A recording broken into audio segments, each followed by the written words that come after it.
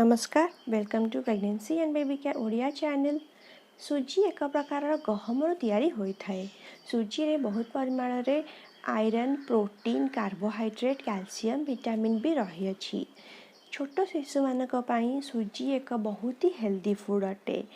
सुजी रे जेहेतु अधिक परिमाण रे आयरन थाए, यह छोट शिशु मानकर रक्त रे हेमोग्लोबिन मात्रा को ठीक रखिबा पई, जेहेतु एथिरे अधिक प्रोटीन, कार्बोहाइड्रेट अच्छी, यह खाइले छोट शिशु मानक अधिक शक्ति मिलता है, सेमानकर ओजन ठीक रे बढ़ी थाए, तांकर बोन स्ट्रॉन्ग होता है एवं यह सहजरे हजम मध्य होता है।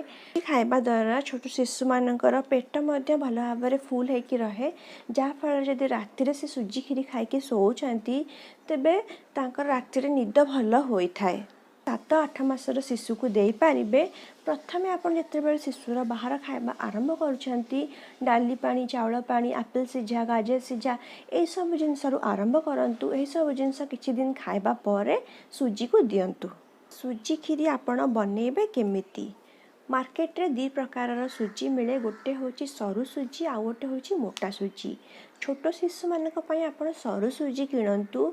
सुजी रंधा हो सारा पर ता दाना गुड़ा टिके फुली जाए, जहाँ फल छोट जो मैंने नुआ नुआ कर खाଇବା आरंभ कर पक्षरे ढोकिबा टिके कष्टकर, क्या पक्षरे होता है। किए किए शिशु ढोकी पारती, किए किए ढोकी पारती नहीं। प्रथमे आमे सुजी को टिके भल भाव में कड़ाई रे रोस्ट करनबा। मुझे प्राय 25 ରୁ 30 ग्राम सुजी नहीं। ए सुजी रे मु अधा चामच घी एथिरे पकई रोस्ट करने समय करके घी दबा आरंभ करुँच। प्रथमे आपण 1-2टा ड्रप घी दिंतु, तापर आस्ते आस्ते आपण घीर क्वांटिटी बढ़ातु। मोर सुजी एवं भल भाव में रोस्ट हो जाए। भल भाव में रोस्ट हो गला सुजीर कलर एमती टिके चेंज हो जाए। जदि आपणकर शिशु सुजी खीरी खायापी भल पाउची, आपन जदि सबुबले ताकू एटा दबापी चाहूँगी, तेबे आपण कौन करंतु ना अधिक परिमाण सुजी नहीं ताकू रोस्ट कर दियंतु एवं तापर ताकू आपण गोटे एयर टाइट डब्बारे ठंडा करके रखी दियंतु। एहा द्वारा कौन हबा, आपण को सबुबले एई भाजिया को पड़िबनी, आपणकर जल्दी सुजी खीरी बनवा हो जिवो। आउ गोटे टिप्स हो, जदि आपणकर बेबी नुआ करी बाहर जिनस खाइबा आरंभ करिछि, आउ से सुजी ढोकी पाउनी रंधा हेबा परे, तेबे आपण सुजी को भाजी सारिबा परे ही ठंडा करिकी भल भाव में ग्राइंडिंग करिकी ताकू डब्बा रखी दियंतु।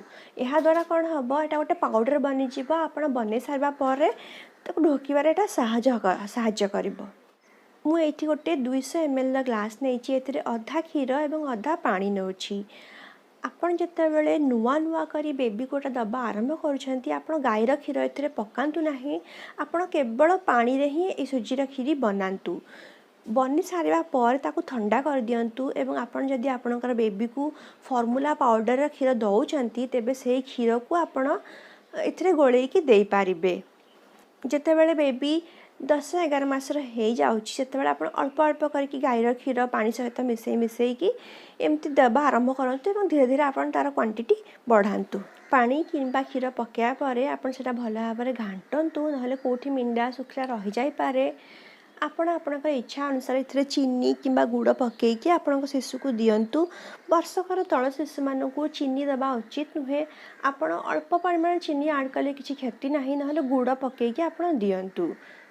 आपण एबे देखि पारुथिबे हमर सुजी केमती सुंदर भाव में बनिकी रेडी हो जाइछि। मु एटा गोटे 2 ରୁ 3 वर्ष शिशु पाई बनैछि। आपण जेतेबेले नुआ नुआ करी गोटे बेबी पाई बनौछन्ति, सेतेबेले टिके अधिका पानिया बनातु, काहेकि सुजी ठंडा हला परे अधिका गाढ़ हो जाए थाए।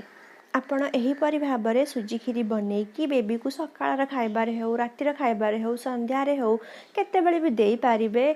प्रायतः सबु एजर बेबी माने सुजी खीरी खाइबा को पसंद करिथांती। धन्यवाद। जय जगन्नाथ।